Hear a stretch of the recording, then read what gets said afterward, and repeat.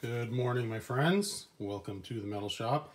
Today we are installing a vintage fan assembly on the Cobra. And I had a little bit of a hard time finding this. So your options are, I bought one from Cobra Restorers years ago when I was building the Street Beasts kit. It was kind of expensive, about 275 bucks, but it was a nice piece. The bar came, it was nicely powder coated, had hardware.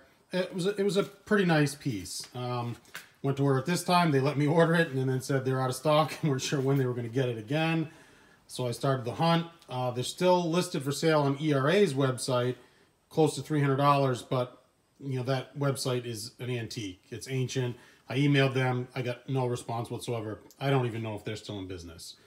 So I found this kit online on eBay. Pretty good deal. Oh, you could also buy them from Taylor over at Finish Line, but he only sells the fan motors and the blades, and the fan motors are 45 bucks a piece times 2, that's 90. Fan blades 18 bucks a piece times 2, 36. So you're 126 bucks plus shipping is going to be $20. You know, you're $145, $150, and you only have the fans, you don't have the bar, which if you can fabricate one yourself, that's great. I'm not really much of a fabricator. I needed the bar. Anyway, I found this on eBay, and pretty nice. You know, I think it was $200, but it was our best offer. I offered him 175 bucks, free shipping. He took the offer, so yeah, and it cost him, you know, $21 to ship it. Anyway, comes with the bar. Now, usually there's like a flat bracket here at the end with holes in it, and that's actually pictured, but it didn't come that way, which is fine for my application. I drilled these because this is going to be mounted on an angle matching the angle of the radiator. So you get the bar, you get 2 motors like so, you know, bolt right in there, and you get fan blades. Nice. He also included, kind of weird, there was a relay here in the box. There it is. Nice, kind of a nice touch. He included a relay, just a basic relay. And also, this was weird, a bag of hardware, like a bunch of different sized washers and some plain nuts. I don't even know what you would do with this, quite honestly. I mean, it's like, okay. The nice fans come with really nice, you know, nuts, flange nuts, and they're serrated on the underside as well. So pretty nice. I'm not sure. I like, you know, these are nice. These are kind of vintage looking connectors, plugs here. I think I'm going to have to cut these off. This one fan came with a nasty slice in the wire there. So I think what I'll do is I'll cut them off.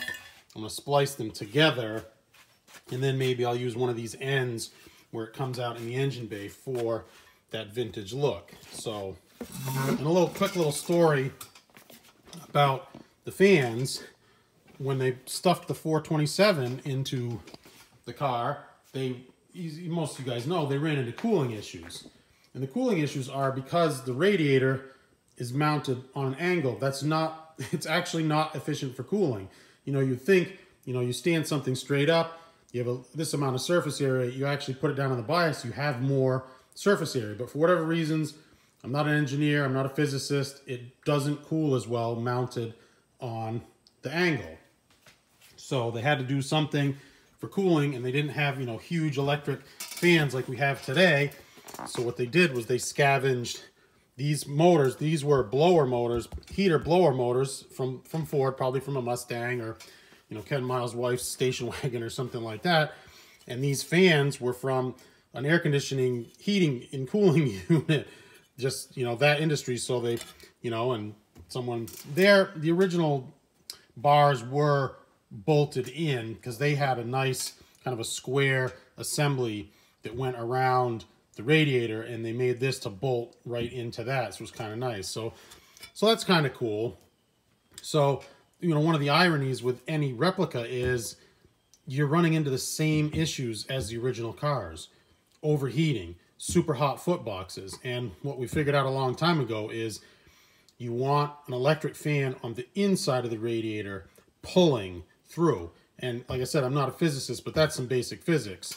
You have, you know, you're driving down the road, the air is being forced into the nose, and now you have a fan behind it pulling the air. It's helping it to where you want it to go, to pull it over that radiator. One of the other things I found is I tried to look at pictures to determine where exactly the fans should be located. And what you want is you want it about midway in the radiator. So, you know, the pictures show it that the bar is like equal to, you know, right in this area, like that. Other pictures show the bar is much higher. That was about the lowest, about equal to the top of this vent here, or about, you know, this, the 3/4 mark here across. That was the lowest I saw. Almost every other picture, it was mounted significantly higher. So I'm gonna mount mine basically about as high as I can go, utilizing this flange here from Factory 5. And the nice square tubing will go, you know, right between it. And the guy who built the kit built his for the Everett Morrison, and it's funny, it fit. I had to grind off, you know, maybe 1/4 of an inch, maybe an 1/8 of an inch off each side of that bar, and it fit perfectly. You can see I scratched up the aluminum there. I'm going to touch that up first before I install the fan assembly, but I'm going to build it on the bench. I'm going to put it all together on the bench. You know, the fan, and you usually have to bend those blades a little bit so they don't touch the assembly. I'm gonna do all the wiring, I'm gonna do everything. I've already test fit the bar 100 times, got it drilled, got some nice grade 8 hardware there. I'm using 1/4 inch, be very rugged, and my bar will be removable. Like I was gonna say, it would be nice to weld that in. It would be, you know, a nice structural stiffening member, become a stiffening member of the car there, but then, you know, you'll be stuck, you won't be able to remove it, and yeah, it won't be good. So yeah, I'll give a nice, how about a little time lapse when I put this thing together. Cool.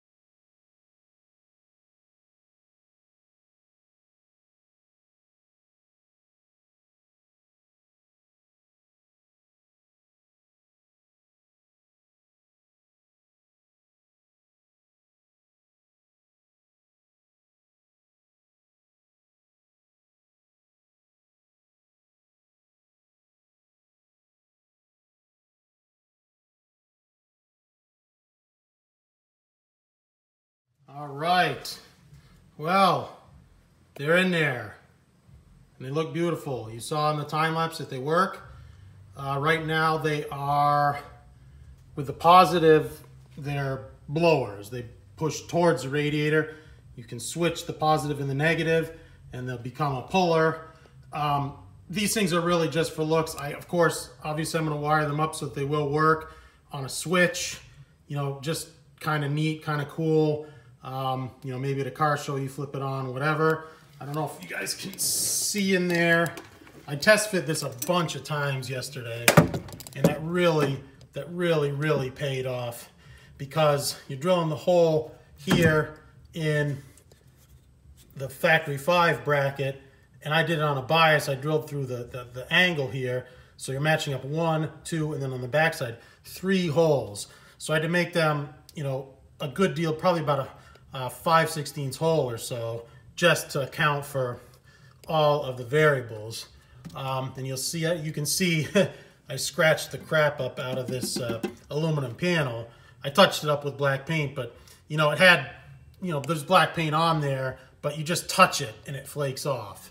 So, and I don't know if you noticed in the time lapse, I had a lot of problems. I thought I had some nice 1/4 inch split loom, the nice cloth vintage looking stuff that I get from Summit Racing, but I was out. I have this stuff, which is kind of like this oil and wax impregnated, but it's not split. And I tried and tried and tried, and I couldn't for the life of me get both wires through there. So I ended up cutting down the length of it with scissors, pair of scissors. I hate people that say scissor, or a scissors. It's a pair of scissors. Anyway, I cut down the length of it with a pair of scissors. So really, all I have left to do is just feed the wire here into the engine compartment, you know, to the other fans, but I'll deal with that at another time. So cool. I hope you enjoyed the vintage fan project. Let's see if I can get a good shot here. Back up a little bit. I'm on my creeper here. Of course, it won't move. Yeah, that really it really looks fantastic. And the bar is really, it's right about where it wants to be. Oh, just looks fantastic. Just fantastic. And they work. So it's great. So let's try and get the closing shot here that includes the fans. Yeah, look at that. Look at that. Night and day difference. All right, my friends. So, as always, I appreciate your support. Appreciate the view. Please give me a like. Helps the channel. Hit me up in the comments.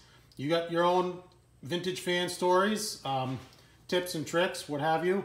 I still respond to all of my comments. So let's close this out, my friends. Again, thanks for all your support at 302, because that's a good number. Cobra. Take care.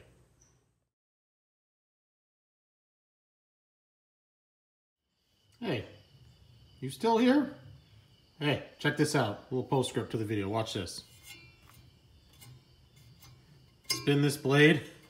It generates just a little touch of electricity to make the other one spin. Acts like an alternator. It works on induction, I guess. Isn't that cool? Doesn't work the other way, because this one's downstream from this one. Pretty neat. Science.